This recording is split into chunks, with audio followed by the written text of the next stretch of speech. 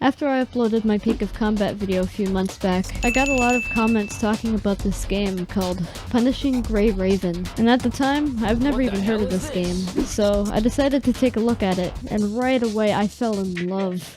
Not with the game, but with the collab that was happening. Just look at Dante, bro, he's so hot! So I downloaded the game, and over the span of a couple months, I grinded the game, collecting black cards, and then the time finally came for the game to update, and I finally got to experience this amazing collab. Anyways, let's get into the story. First, here's a quick summary of the story in the Lamento di Fantasma. Scientist Thomas Hell, who is a part of the Science Council, fails in an experiment called the Hetero Tower, leading Dante and Virgil to be sucked out of the demon world into this new world. And along the way, Dante meets up with our main protagonists, while Virgil meets up with Alpha and a little girl they rescue from the hetero creatures, named Laika, the daughter of Thomas Hell. She shows them a recording that explains that Thomas's motives was to bring his wife back to life after she died from a disease. But since the experiment failed, a mirror demon is now inside of him, but it was still weak, so he could still control his own body. But it wouldn't be for long. He then shows coordinates to the Babel Tower where he's located, and asks to protect his daughter. So Alpha, Virgil, and Laika meet up with Dante and the others. That night, they decide to go to the Babel Tower and have the other people of New Oakley take care of Laika. And that night, Laika starts having flashbacks of a hospital room, and she starts questioning if the person in the hospital bed was her mom or herself. The next morning, the group heads up to the Babel Tower. Once they reach the location, our attention is brought up to the top of the tower, where possessed Thomas Hell notices that Dante and Virgil are approaching, but Thomas reveals that he has a mirrored Virgil waiting for them, and sends more hetero creatures out to get Laika.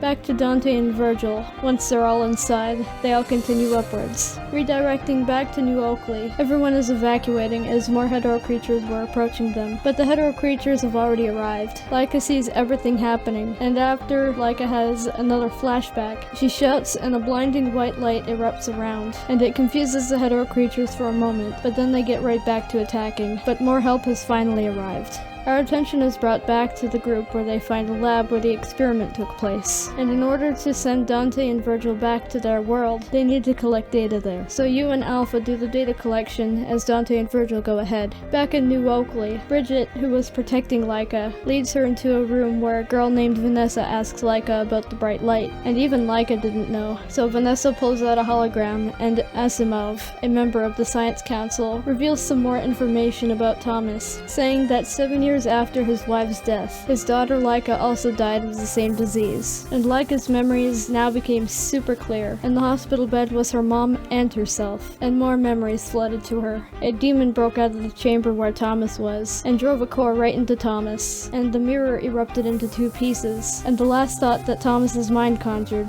was his daughter, and the fallen mirror piece is transformed into Laika. She then realizes that she needs to go to the Babel Tower, because as long as she exists, the other half of the mirror demon won't disappear, so the team decides to let her go. Back to Dante and Virgil where they wait for you and the collected data. Once you arrive there with the collected data, they head up to the 40th floor where Thomas is. We fight an evil Virgil that Thomas had, and at this point, Thomas has completely been consumed by the mirror demon, but Lucia has returned with Laika. Laika explains that without her help, they won't be able to defeat the mirror demon, so after fighting the mirror demon, Virgil separates it from Thomas, but they couldn't defeat the demon no matter what they tried.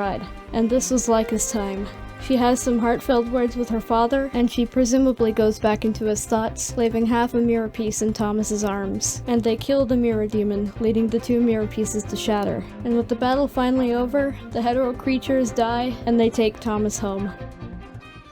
Dante and Virgil are chilling at a dessert shop, Dante having his strawberry sundae and Virgil with his water. But after a small little argument, they decide to go fight in the training room. But after they fight, they go to a lab where they send Dante and Virgil back to their world. And there's a small little bonus story that you unlock after doing an air taunt in the Virgil battle on part 14, where Virgil tries a strawberry sundae for the first time. And he's not a fan. Also, this is my first time properly reviewing a story, so sorry if some things didn't come across clear enough.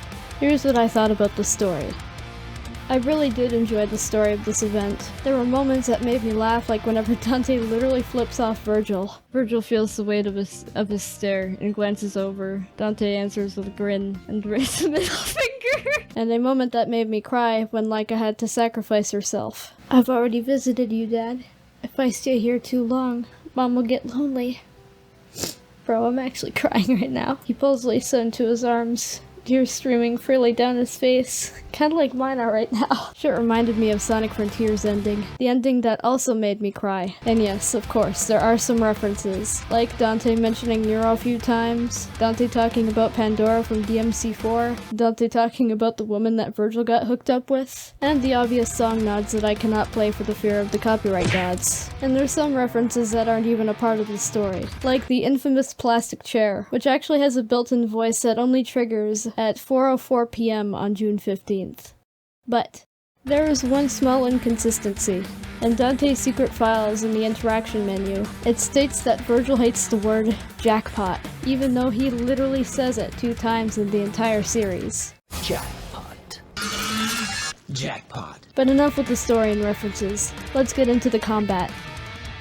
How Dante and Virgil are played is way different compared to how the other characters play, at least from what I've noticed. Instead of having these icons disappear when you press them to attack, it's actually the way you switch to different weapons. Dante has the same loadout in DMC5, even including the bike. And yes, finally Dante has his guns. And not only does he have his guns, but he also has his Royal Guard in release. But who needs Royal Guard whenever the Faust is the most broken weapon in the game? And as for Virgil, at the time of writing this script, I actually have not played that much Virgil, so be right back. You shall die. He's just DMC5 Virgil. He's got his loadout from 5, along with his doppelganger, but only difference between Dante and Virgil is that the C button for Virgil does his summon swords, whereas with Dante, the C button is his cavalier. And I still have yet to practice with Dante and Virgil, but they are very fun to play as. And look at. Next up is the battles. Since most of the Lamento di Fantasma was just story, there wasn't that much battling, but when there was a battle, it was very fun. It feels like these battles were just made for Dante and Virgil in a way. I like them a lot. Next is character designs and animations. As always, Dante is looking hot as hell, and Virgil is also looking good. The one small complaint I have with Dante's design is his chin stubble. This is about to be really nitpicky, but in DMC5, his stubble reaches down to his neck. But Dante in PGR, his stubble cuts off weirdly under his chin. Now let's get to the animation. I love the animations of Dante and Virgil. They're super accurate to how they're animated in DMC5. And Dante is just a friggin' delight to watch in animated cutscenes. Not only is he good looking, but he also has the moves. And yes, they have the frickin' dance taunt for Dante, baby. 1000 out of 10. Shit's peak. Now for the voices. There aren't voices in the story except for whenever you get into gameplay, but there are voice lines in the interaction menu. And yes, they actually got Ruben Langdon and Dan Southworth back to voice Dante and Virgil. And my god, Dante's voice age is like the finest of wines. By the way, I heard you're a good shot as well. Want to go a few rounds? And Virgil sounds like he's getting old. Let's end this, Dante. Leave the past behind. And now let's get into how you can actually get Dante and Virgil. Gambling! Jump scared you, didn't I? Well, luckily you get Dante for free after you play the 6th part of the story, but you will have to pull for Virgil in order to get him. And if you want to ascend Dante and Virgil, you will need to pull for them. And I've already maxed out Dante, but I still need to pull one more for Virgil before I can fully ascend him. But here's the rules. The pulls are on sale for 175 character event cards for a limited time. And if you pull one Dante or Virgil, you'll get another Dante or Virgil for free. And you can do this twice, meaning you pull 2, get 2 for free. I haven't looked too much into the weapons yet, but from what I've heard, they're ascendable with 5 or 6 star weapons. The dorm. This word might also jump scare you if you're a college student, but this area is actually really cute. You get to see the chibi versions of all your characters, including Dante and Virgil. And when you have furnitures like beds and chairs, you'll sometimes see Dante and Virgil sit down or sleep. And it's so freaking cute. And of course, Virgil will sit on his chair.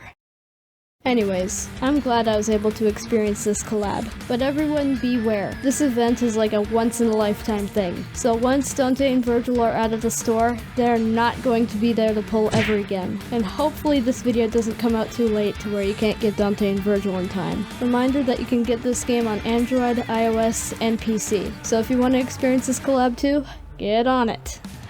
That sounded a lot like a sponsorship, but I swear it wasn't.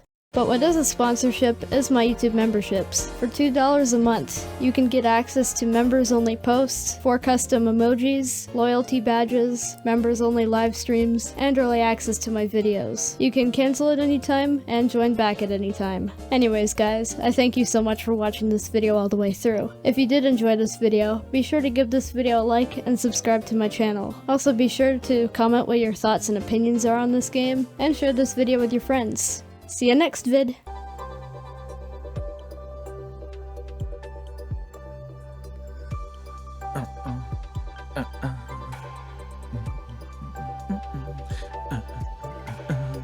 Yes.